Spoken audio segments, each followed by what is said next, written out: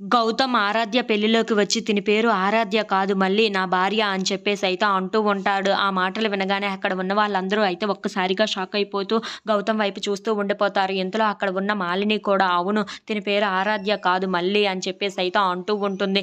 ఇంతలో అక్కడ ఉన్న వాళ్ళ తాతగారు అయితే అవన్నీ విని చాలు ఇక ఆపండి, మీ అందరూ చెప్పినవి ఇంతవరకు చాలా సహనంగా విన్నాను కానీ ఇక వినలేను. తన పేరు మళ్ళీ కాదు ఆరాధ్యనే, నాకు తెలుసు. తను చిన్నప్పటి నుండి పుట్టి పెరిగింది నా దగ్గర.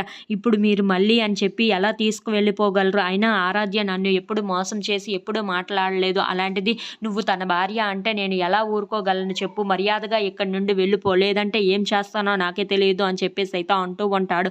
ఆ మాటలు వినగానే అక్కడ ఉన్న వాళ్ళందరూ అయితే ఒక్కసారిగా షాక్ అయిపోయి అక్కడ ఉన్న వాళ్ళ తాతయ్యని చూస్తూ ఉండిపోతారు.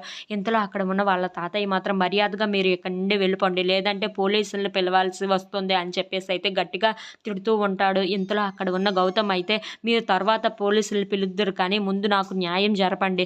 నాకు న్యాయం చేసిన తర్వాత మీరు పోలీసుల్ని పిలిపిస్తారో ఎవరిని పిలిపిస్తారో నాకు అనవసరం. ఇదిగో తిను నా భార్య అని చెప్పడానికి ఇదిగోండి నా దగ్గర బోల్డన్ని ప్రూఫ్స్ ఉన్నాయి అని చెప్పేసి అయితే తన దగ్గర ఉన్న సంచిలో నుండి ఫోటోలు తీసి కింద పడేస్తూ ఉంటాడు. అవి చూడగానే అక్కడ ఉన్న వాళ్ళందరూ అయితే ఒక్కసారిగా షాక్ అయిపోతూ ఉంటారు.